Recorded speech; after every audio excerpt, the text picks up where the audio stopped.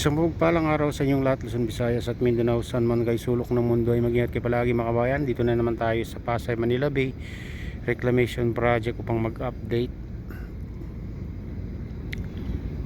Ito mga kabayan, wala pa rin pagbabago. Ayun. Pero napakarami naman nag-standby na barko dyan sa kalagitnaan mga kabayan. Makikita nyo, ayan. Focus natin dyan, dami. Ayan, nandyan sa gitna mga kabayan, naka-standby. Dami nila dyan.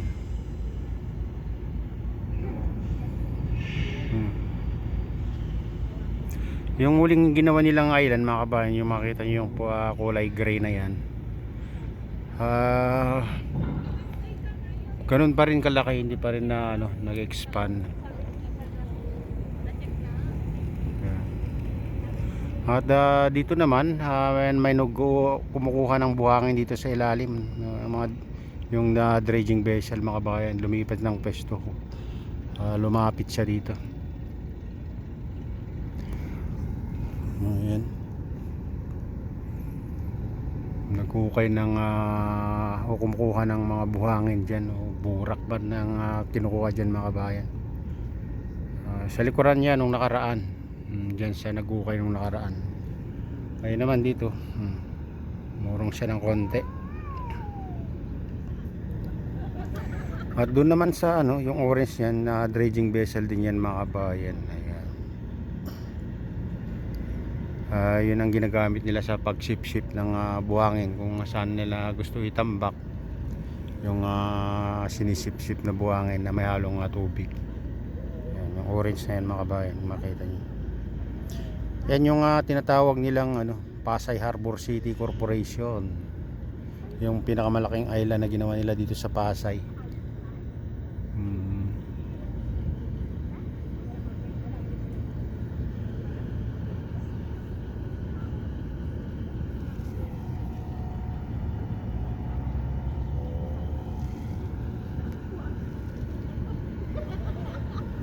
Ito lang yung nakita natin dito mga kabayan, yung nakaraan ganun din.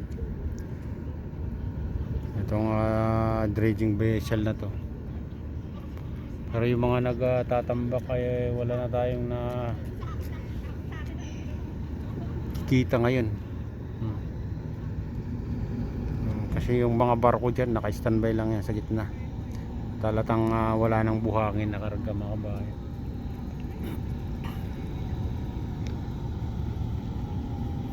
Ganyan kasi nalutang-lutang na lumalabas na yung pula sa pintura, mataas na mga kabayan, ibig sabihin wala nang laman, buhangin.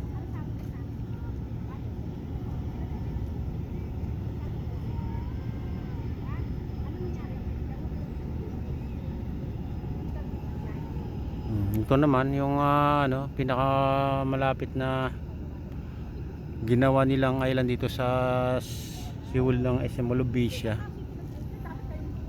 Ganun pa rin mga kabayan, hindi pa rin na nag-expand o tinatambakan ulit. At may rin, may marker doon sa mga kabayan. Marker doon na nilagay.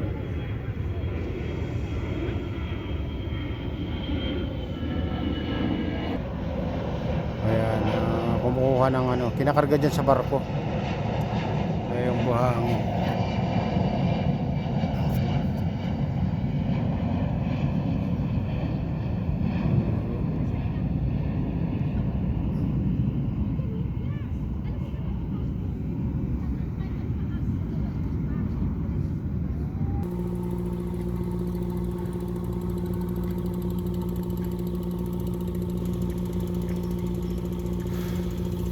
Ayan yung pinakamalapit na island na ginawa nila mga kabayan. Malapit lang dito, parang lang.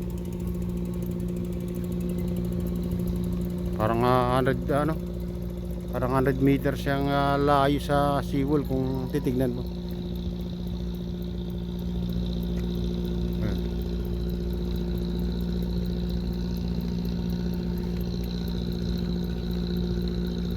Silipin natin yung sa mga kabayan doon sa dulo, yung isang island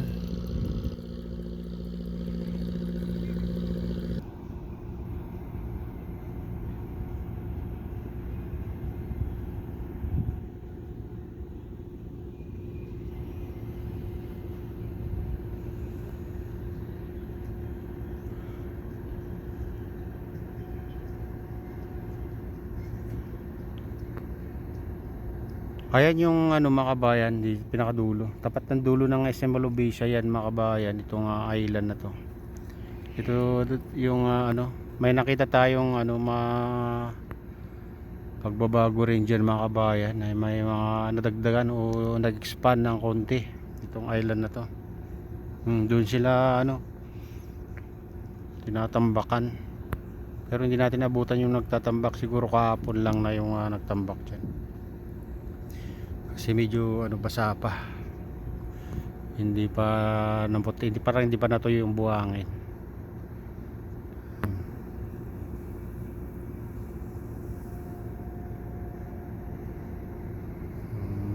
Dito naman mga kabayan, meron din dagdag dito sa dulo. Yan, may dinagdag dyan sa dulo na yan, maliit na ano, parang maliit na island din.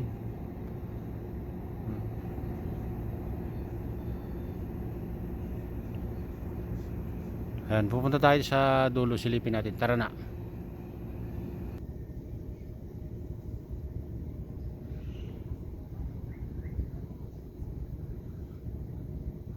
Wala yung mga barko dyan na iba, dyan nakatambay dati. Doon naman sa ano, dami sa kalagitnaan yung mga barko.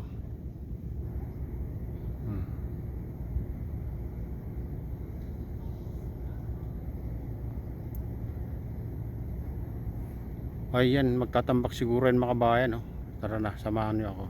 Ding vessel mga kabayan, lumipat ng pwesto ko. Lumapit siya dito.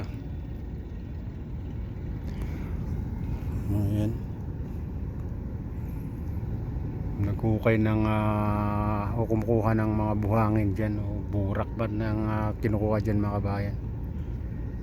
Sa likuran niya nung nakaraan, dyan siya nagkukay nung nakaraan. Ayun naman dito, murong siya ng konti. At doon naman sa ano, yung orange yan na dredging vessel din yan mga kabayan.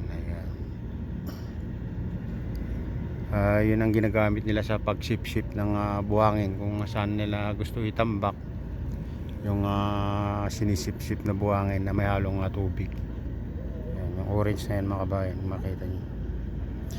Yan yung tinatawag nilang ano, Pasay Harbor City Corporation, yung pinakamalaking island na ginawa nila dito sa Pasay.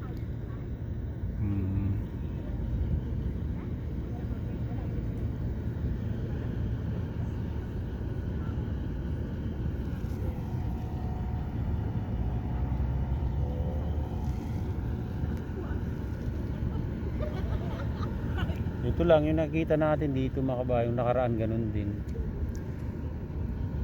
Itong dredging vessel na to. Pero yung mga nagtatambak ay wala na tayong na